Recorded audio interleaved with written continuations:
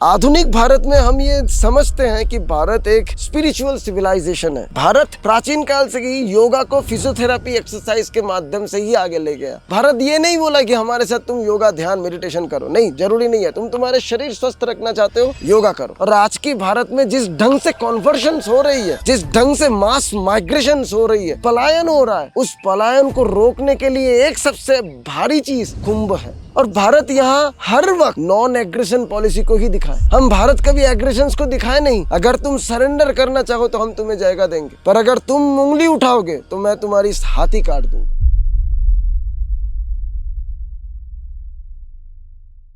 आधुनिक भारत में हम ये समझते हैं कि भारत एक स्पिरिचुअल सिविलाइजेशन है, क्योंकि हम अभी दिखाए पॉलीथेइज्म से शुरू करके मोनोथेइज्म तो हमारी है, ब्रह्मवाद, जीव ब्रह्मैव नापरः, जीवात्मा का बोध, ये जो हम लोग देख लिए, ठीक वहीं से ही शुरू करके पॉलीथेइज्म, प्लूरलिज्म, यहाँ से शुरू करके बुद्धिज्म, योगा, जैनिज्म, ये सारे सफ़र करते हुए सिखिज्म, ये सारा हम लोग जब बीच में से गुजरे, ये सारे स्कूल ऑफ थॉट से जब हम गुजरे, तो ये हम देखें कि भारत को अब क्या क्या रणनीति लेना चाहिए, ये भी हमें सोच लेना पड़ेगा। आधुनिक भारत एक बहुत अच्छे कुछ कदम भी लिया है, क्योंकि हम लोग ये चाहते हैं कि आज की जो ये भू राजनीतिक जियोपॉलिटिकल जो लैंडस्केप है, इसमें भारत की इकोनॉमिक और मिलिट्री ये पावर भी बहुत मजबूत हो जाए।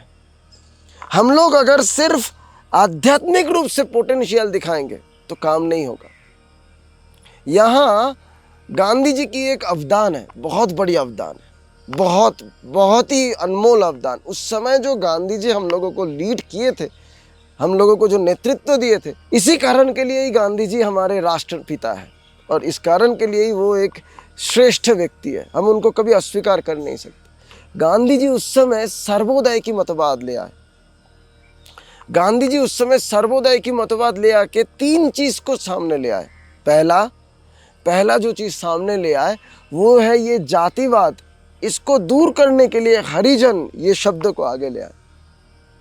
हरिजनों को प्राधान्य देने के लिए वो कई कदम उठाए थे, ये इतिहास जानता है। दूसरा, वो ये दिखाए कि तुम अगर खूब बड़े व्यक्ति हो, धनाढ्य व्यक्ति हो, या तुम कोई एक गरीब व्यक्ति हो, तुम ये मानो कि तुम वो सारे विषयों की, वो सारे चीज़ों की ट्रस्टी हो। ये गीता भी कहता है। गीता कहता है ये शरीर तुम्हारी नहीं है, तुम ये शरीर का ट्रस्टी हो। ये प्रॉपर्टी तुम्हारी नहीं है, तुम ये प्रॉपर्टी की ट्रस्टी हो।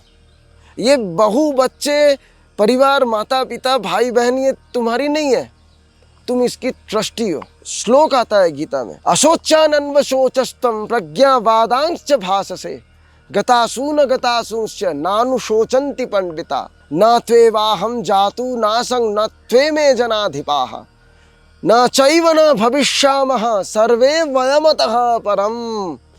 इस चीज़ की अर्थ ही यही होता है कि तुम ये संपूर्ण ब्रह्मांड की केवल मात्र ट्रस्टी हो, सारे चीज़ की। अगर हम सब जने यही बात मान ले कि मेरी शरीर मेरा नहीं है, मैं इस शरीर का ट्रस्टी हूँ, मेरी परिवार मेरा नहीं है, मैं ये परिवार का ट्रस्टी हूँ, तो आधा से आधा तुम्हारी समस्या यहीं ख़त्म हो जाती। और यहाँ गीता की और एक सबसे सुंदर चीज़ वो गांधी जी हमारे देश में लागू किए थे, करने की प्रयास किए थे। यहाँ विनोबा भावे जो गांधी की समसामयिक सर्वोदय आंदोलन लेके बहुत आगे बढ़े थे, वो विनोबा भावे भी यही मतवाद के आदर्श को मानते हुए आगे भी बढ़े थे।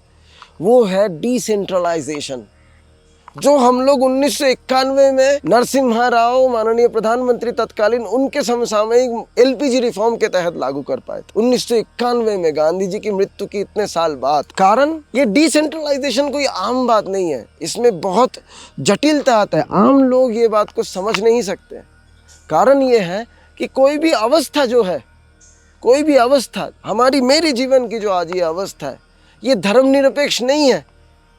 मेरी जो धर्म है, उस धर्म के कारण ही मेरी ये जीवन की ये अवस्था बनी है। तो मेरी जीवन की जो अवस्थाएं हैं, भारत की जो आज की अवस्था है, वो सेंट्रलाइज होना चाहिए। और इसीलिए कॉन्स्टिट्यूशनल बॉडी को बनाया गया था, ताकि हर स्टेट की अवस्था सेंट्रलाइज्ड हो। पर हर स्टेट की जो व्यवस्थाएं हैं, मेरी जीवन की जो व्यवस्थाएं हैं, जो मेरी घर की व्यवस्थाएं हैं, मेरी जो घर की या आपकी, हमारी सबकी जो घर की व्यवस्थाएं हैं, वो हर वक्त डिसेंट्रलाइज्ड ही होगा। आप भी कहोगे, आपके बेटा बड़ा हो गया कि आपको भी, उस बेटे को भी एक घर देना है, अलग घर में रहे, भले ही अलग रूम हो, वो अलग रूम ही उसके लिए अलग घर होगा। हमारी बेटी बड़ी हो गई है, हम उस बेटी के लिए भी एक साथ नहीं, एक ही कमरे में रहना पसंद करेंगे, उसके लिए भी एक अलग रूम की व्यवस्था करेंगे। वो डिसेंट्रलाइज तभी होता है। भले ही वो सिस्टम सेंट्रलाइज्ड है, वो पूरा मकान है सेंट्रलाइज्ड, पर उसमें भी वो क्लस्टर्ड डिसेंट्रलाइजेशन है, तभी वो व्यवस्था बना पाए। तो व्यवस्था हर वक्त धर्मनिरपेक्ष ही होता है एवं वो व्यवस्था हर वक्त डिसेंट्रलाइज्ड ही होता है। तो ये गांधी जी दिखाए कि हर स्टेट की व्यवस्था, ये बाबा साहेब अम्बेडकर जी दिखाए, हर स्टेट की व्यवस्था डिसेंट्रलाइज्ड होगा, पर उसकी अवस्था वो सेंट्रलाइज्ड होगा। ये हमारी इकोनॉमिक रिफॉर्म और हमारी मिलिट्री रिफॉर्म के लिए भी बहुत ज़्यादा ज़रूरी है। यहाँ कुछ अच्छे कदम हमारी आधुनिक सरकार बहुत अच्छे से लिए हैं, जिससे हम जियोपॉलिटिकल अच्छा इन्फ्लुएंस भी ले आ पा रहे हैं। जैसे आज के तारीख में अमेरिका में 20% क्रिश्चियन लोग अपनी धर्म से, जो पेजियनिज्म जिसे कहते हैं, उस तरफ लौट रहे हैं। ये अमेरिकन डेटा कह रहा है कि वो अपने रूट के तरफ जाना चाह रहे हैं, पेजियनिज्म के तरफ जाना चाह रहे हैं। कारण क्या है? कारण ये है, भारत की जो एक बहुत सशक्त कदम हम लोग जो योगा के तरफ से लिए, उसके लिए जा रहे हैं। हम भारतीय लोग इंटरनेशनल योगा डे को अभी इंट्रोड्यूस करवाए दुनिया के सामने, जो विश्व अच्छे से ले रहे हैं।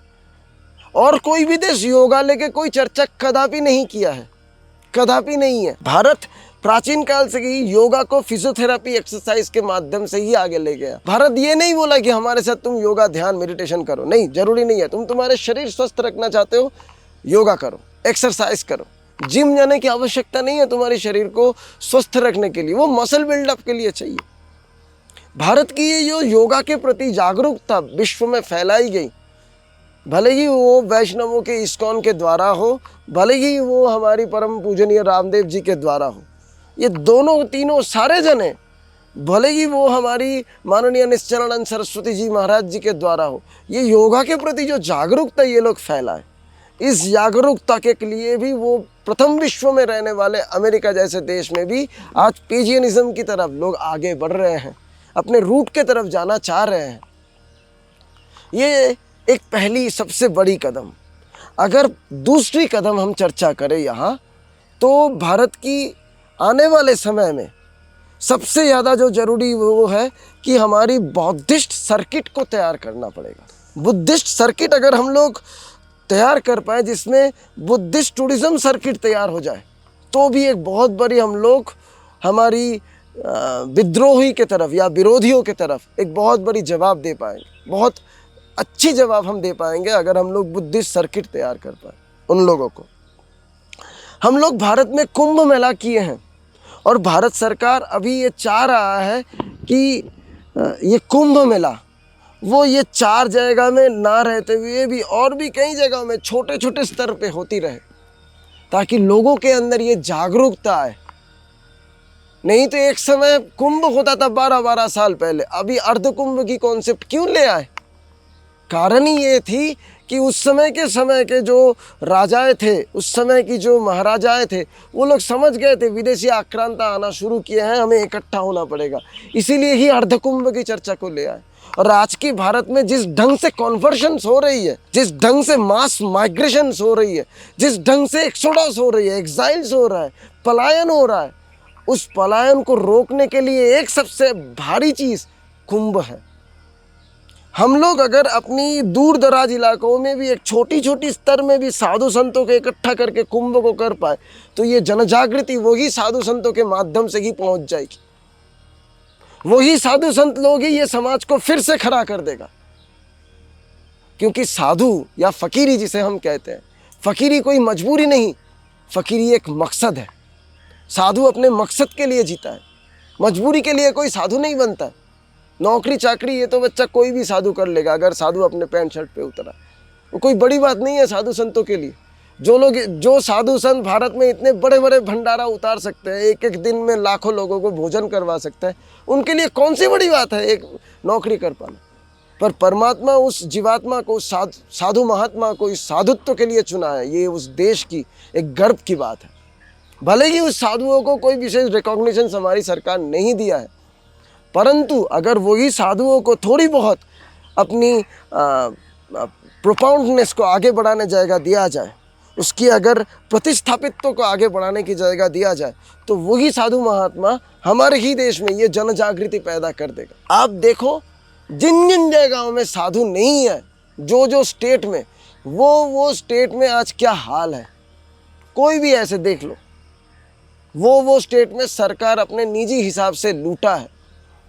मणिपुर को देखो, वहाँ सनातन की साधुओं की इतनी तादाद कम है, जिसके कारण आज वहाँ इतनी कुकी मैतेई से शुरू करके तब से लेके शुरू करके आज तक वो अंग्रेज लोग शुरू करके गए थे, आज भी चली रही है। इसकी समाधान भी कैसे ना कैसे ही ये दिशावाची, लक्ष्यवाची साधु लोग ही कर सकते हैं। ये कुंभ मेला इसी तरीके से ही होती है और हुआ भी था। आज मरकज के लोग या जमात के लोग कहीं भी कोई भी मस्जिद में जमात बुला सकते हैं, तो हम साधु लोग नहीं कर सकते हैं।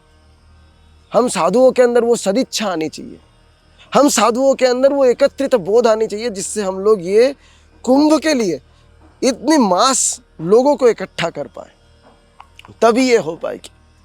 एवं इस विषय में आखिरी आता है आयुर्वेदिक कॉन्फ्रेंस भी बहुत बड़ी एक भूमिका निभाया है जियोपॉलिटिकल चीज़ों को सामर्थ्य देने में। आज विदेश में जो दवाइयाँ चलती है, वो दवाइयाँ हम सब जने जानते हैं, उस एलोपैथी की दवाई में कुछ ना कुछ साइड इफ़ेक्ट तो आ ही जाता है, कुछ ना कुछ। परंतु ये वनस्पतियाँ, ये पेड़ पौधों की जो दवाइयाँ बनती हैं, इसमें साइड इफ़ेक्ट देखी नहीं गई है, जबकि एलोपैथी भी जरूरी है। कुछ दवाइयाँ ऐसी है जहाँ एलोपैथी के बिना हम कर ही नहीं पाएंगे, हमारी बन ही नहीं पाएगी जीवन, हमारी आ ही नहीं पाएगी जीवन की चर्चा। पर हम आयुर्वेद को अस्वीकार नहीं कर सकते। आयुर्वेदिक औषधियों में उतनी ताकत है जो ये विश्व में एक अच्छी भारत की स्टैंड बनाने की जगह दे सके। आपको जान के अच्छा होगा, भारत की, दक्षिण भारत की, उस समय की तमिलनाडु केरल की उस अंश में एक बौद्ध श्रमण आए थे जिनका नाम था बोधिधर्मन। जो ये बोधिधर्मन उस शताब्दी में, 30वीं शताब्दी, थर्ड CE, तीसरी शताब्दी, उसमें वो चीन में जाया गया था। वो चीन गया था बोधिधर्मन, और वही बोधिधर्मन ही वहाँ जाके शाओलिन टेम्पल को ही तैयार किया था। वही बोधिधर्मन, वही इस चीज़ को प्रमोट किया था, ये भारतीय आयुर्वेद को। वही चीज़ को ये चीन में पहली प्रवेश उन्हीं के ही माध्यम से हुई थी। तो आज भी ये चीज़ जागृत है जिसे हम लोग आगे ले जा सकते हैं। ठीक इसी तरीके से ही और एक चीज़ भी आता है, अगर हम लोग भारत की इकोनॉमिक और मिलिट्री, ये दो जो एस्पिरेशंस है, इसमें अगर हम लोग अच्छे उत्कर्ष ले आना चाहते हैं, तो यहाँ भारत एक और भी मजबूत कदम लिया है। वो है international solar alliance. Renewable energy आज के समय में सबसे ज़्यादा ज़रूरी है। एक समय घर घर में दिया जलता था और उसी की ही रोशनी में हम लोग पढ़ाई करते थे। आज वो असंभव है कि हर घर में दिया लगा के बच्चे पढ़े। बिजली की युग है, फ़ोन हम लोग इस्तेमाल करते हैं, मोबाइल, वो भी बिजली से चलता है। और ये बिजली के लिए हमें तेल या कोयला ऐसी चीज़ों की ज़रूरत होती है, जो सस्टेनेबल डेवलपमेंट के लिए ख़राब बात है, क्योंकि उससे कार्बन एमिशन होता है। आज सरकार रिन्यूएबल एनर्जी उसके लिए सोच रहे हैं, देश सोच रहा है कि रिन्यूएबल एनर्जी को कैसे आगे बढ़ाई जाए। और ये रिन्यूएबल एनर्जी के लिए 2018 में गुड़गांव की ऑफिस में भारत सरकार 2018 में ही इंटरनेशनल सोलर अलायंस तैयार किए, जहां लगभग 140 देश मिलके उस चीज़ को सपोर्ट कर रहा है, उस चीज़ को लेके आगे बढ़ रहा है। ये इंटरनेशनल सोलर अलायंस कोई मामूली बात नहीं है, ये इतनी बड़ी सोच है जिसके तहत हम कई देशों में ये कॉन्सेप्ट को, सोलर की अच्छे ढंग से प्रमोट कर पाएंगे, जिसकी हेड ऑफिस गुड़गांव में ही है, दिल्ली की गुड़गांव में, हरियाणा दिल्ली की गुड़गांव में है। वो हम सब के लिए भी एक बहुत बड़ी पहल है। और आज हमारी भारत तीसरी सबसे बड़ी अर्थव्यवस्था बनने की दौर में खड़ी है, जबकि ट्रंप महोदय ये कह दिए कि भारत और रशिया की अर्थव्यवस्था मरी हुई अर्थव्यवस्था है, परंतु हमारी माननीय प्रधानमंत्री जी नरेंद्र मोदी जी की दिखाई हुई रास्ते जो है मेक इन इंडिया, उस मेक इन इंडिया के तहत हम भारत में दो चीज़ की बहुत पक्का संमिश्रण किए हैं, अमलगमेशन किए हैं। हम कोई मोदी जी के प्रवक्ता नहीं है, हमारी कोई ऐसी विचार नहीं है कि हम भाजपा को सपोर्ट करें, परंतु जो अच्छा काम है वो एक निष्पक्ष मंच होने के नाते हम अवश्य बोलेंगे, जिम्मेदारी से बोलेंगे। गलत करेंगे तो गलत ही भी बोलेंगे। तो जो मेक इन इंडिया, ये जो प्रोसेस हम लोग उस समय शुरू किए थे, उसके परिणाम आज हम लोग देख पा रहे हैं हमारे एमएसएमई और स्टार्टअप से।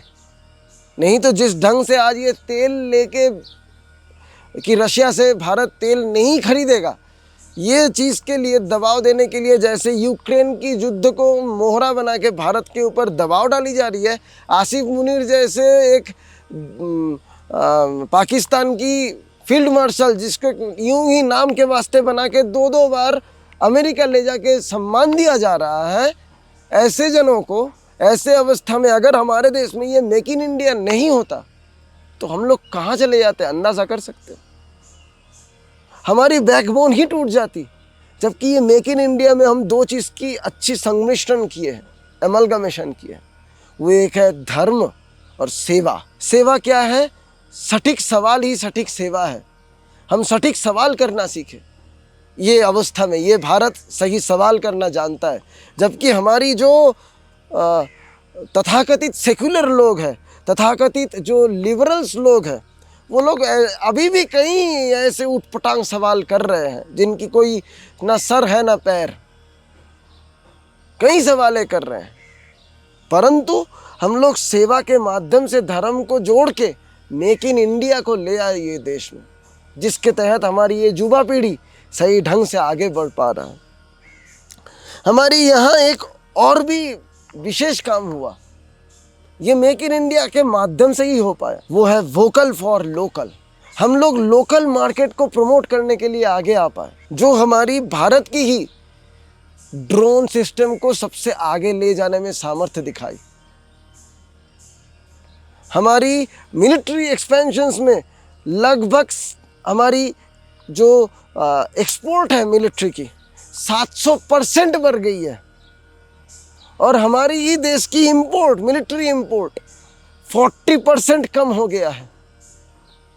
जो ये दिखाता है कि हम लोग वोकल फॉर लोकल होते हुए डीआरडीओ, इसरो जैसे सम्मिलित के साथ कितनी आगे आ पा रहे हैं। ये भी हमारी एक इकोनॉमिक और मिलिट्री एक्सपेंशन में, मिलिट्री सस्टेनेबिलिटी में, मिलिट्री एस्पिरेशंस में एक बहुत गहरी काम डाला है, बहुत गहरी तत्व डाला है।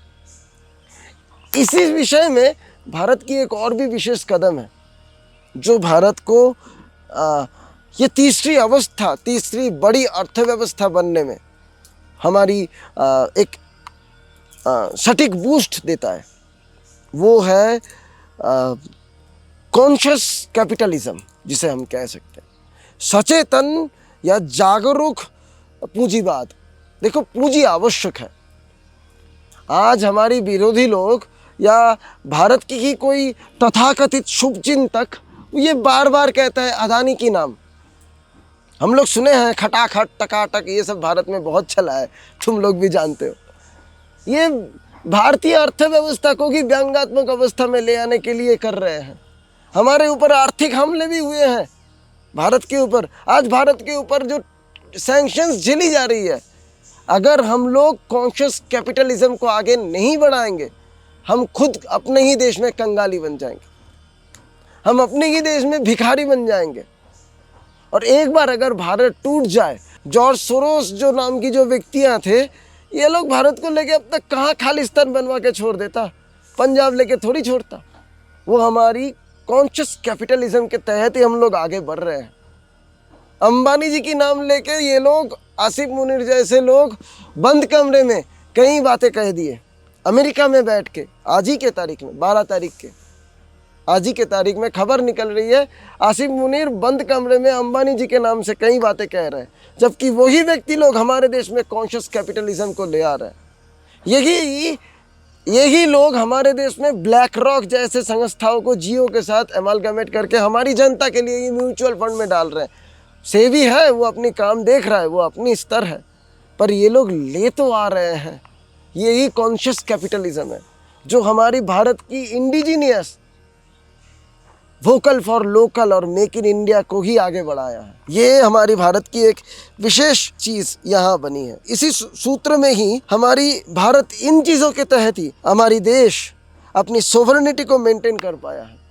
इतनी अनरेस्ट के बाद भी हम लोग नक्सलिज्म जो बड़ी भारत में उसको लगभग पूर्ण ही कर दिए।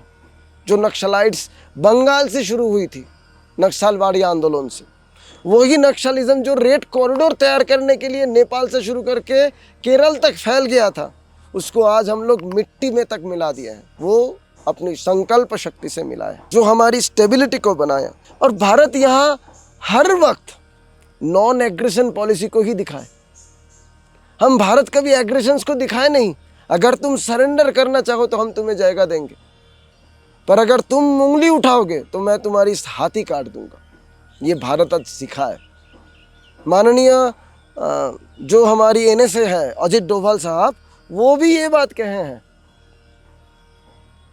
यहाँ भारत की एक विशेष बात है, यह है कि भारत की अभी तक जो फॉरेन पॉलिसी थी वो केवल डिफेंसिव होता था।